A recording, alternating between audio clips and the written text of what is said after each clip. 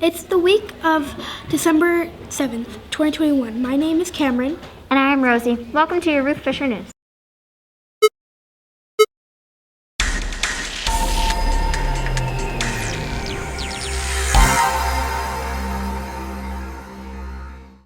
Two weeks ago, the world's first self-driving electric container ship made its first trip to Oslo, Norway.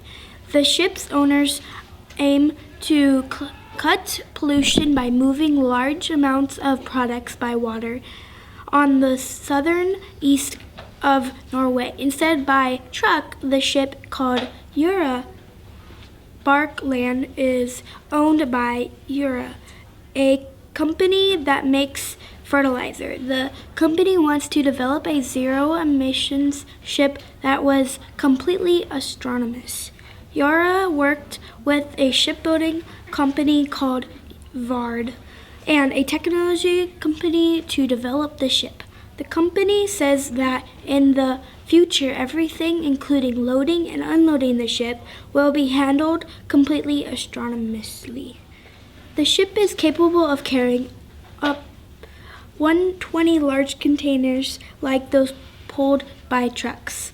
But the ship is fully electrical and is powered by batteries. The company says the ship has roughly as many batteries as 100 electric cars. The electricity that will be used to recharge the batteries is from renewable hydraulic sources, so there's no pollution at all. This past November was one for the record books according to the National Weather Service. Because temperatures hit at least 80 degrees last Tuesday, Phoenix had 25 days at 80 degrees or higher. That broke the record set in November 1949 of 24 days of 80 degrees or warmer temperatures.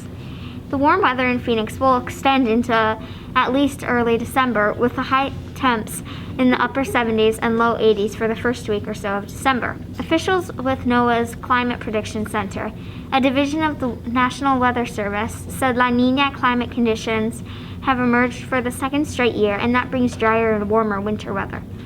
Phoenix has been the warmest city in the U.S. during the past 2 weeks, probably making a lot of people jealous, especially as the Pacific Northwest is getting snowstorms and high temps in the low 40s. Now, let's go over to Mr. Dobish with the weekly update.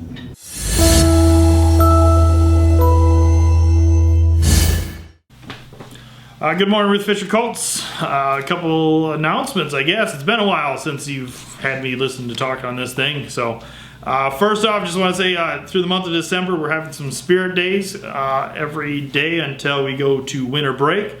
So on Tuesdays will always be holiday accessories. Wednesdays will be wear your plaid colored clothing. Thursday is holiday shirts, and then Friday is holiday colors. And on top of that, the 16th of December is Dress for Success.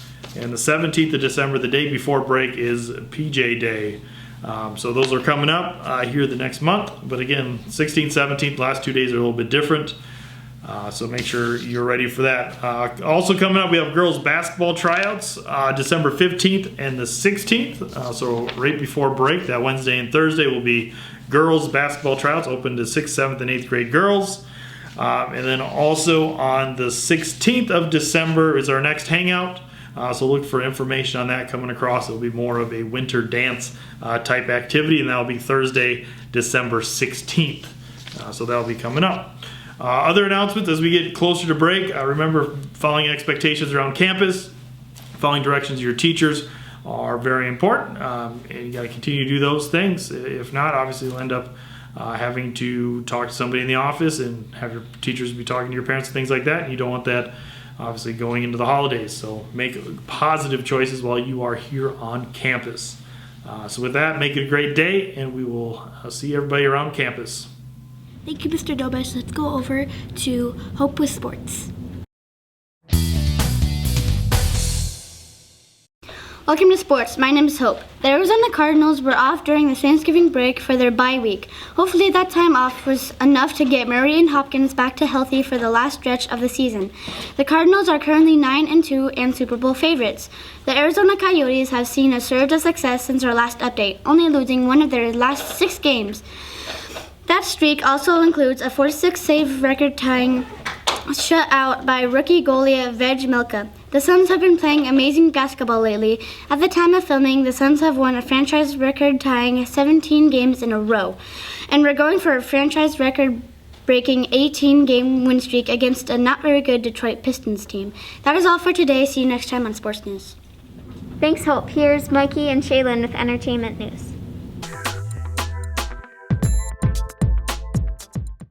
Welcome back all to Entertainment News. My name is Shaylin. And I'm Dora. Let's get started with an Encanto. This movie came out back over break and is the newest Disney installment.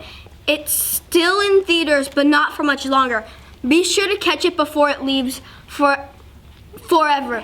With the talk of movies coming out, it's an obvious next subject is game coming out.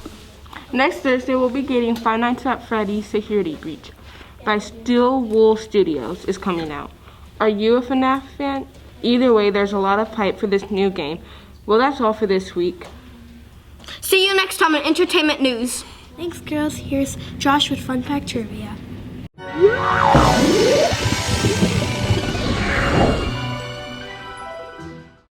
Welcome to Fun Fact Trivia. I'm Josh. Did you know that today is National Cotton Candy Day? National Cotton Candy Day celebrates the spun sugar treat that delights candy fans of all ages. On December 10th, get your favorite flavor of this sweet delight that dates back over 100 years. Your question today is, where was cotton candy first sold? Is it A, St. Louis, B, Chicago, C, New York? You have 10 seconds to make your decision.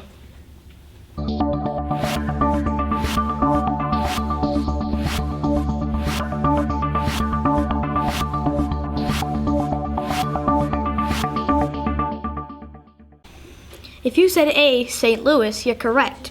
Cotton candy was introduced to the public at the 1904 World Fair in St. Louis. Bonus fact, cotton candy was invented by a dentist in 1897. What? Around the world, it is called sugar floss, fairy floss, Papa's beard, and spider sugar. See you next week on Fun Fact Trivia. Thanks, Josh. Let's go over to Aubrey and Natalie with Joke of the Week.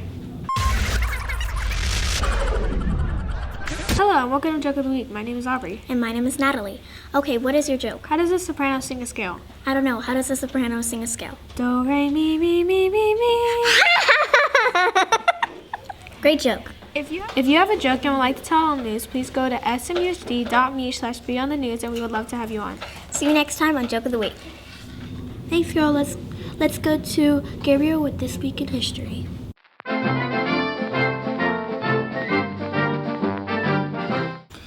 Hello and welcome to This Week in History. I'm Gabriel. On December 7th, 1941, there was a tragedy you may have heard of, the Pearl Harbor bombing. Pearl Harbor, located in Honolulu, Hawaii, was an attack by the Imperial Japanese Navy Air Service onto the Navy base in Hawaii. This was the genesis to the United States' involvement in World War II. Also today, for the car freaks in the audience, the Ford Model A was discontinued today in 1931. This model is one of the most iconic of the classic Ford models. Well, that's all for this week, folks. See you next time on This Week in History. Thanks, Gabriel. Here's Science Time with Gray and Charlie.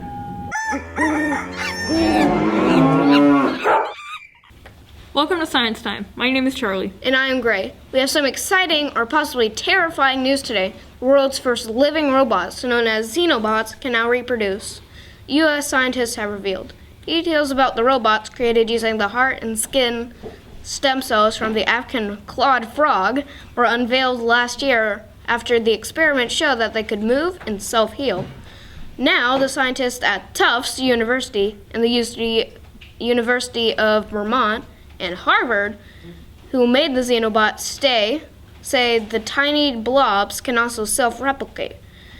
Experiments showed that the organisms can swim out into their dish, find another single cell, and assemble baby Xenobots. A few days later, the babies become new Xenobots that look and move just like the initial creation. Xenobots, which are less than a millimeter wide, are designed on a computer and hand-assembled. The scientists said they were stunned to learn the tiny blobs could spontaneously replicate. The The team said the new research could be beneficial for advancements in regenerative medicine, and that's the solution to traumatic injury, birth defects, cancer, and aging. See you next week with more Science Time. Thanks, guys. Here's Lorena with Word of the Week.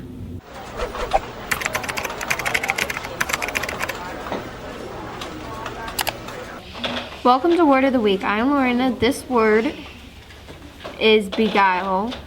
Beguile is a verb and it has multiple meanings, but we will look at it the most used meaning, which is to trick someone into doing something. Here is how to use it in a sentence.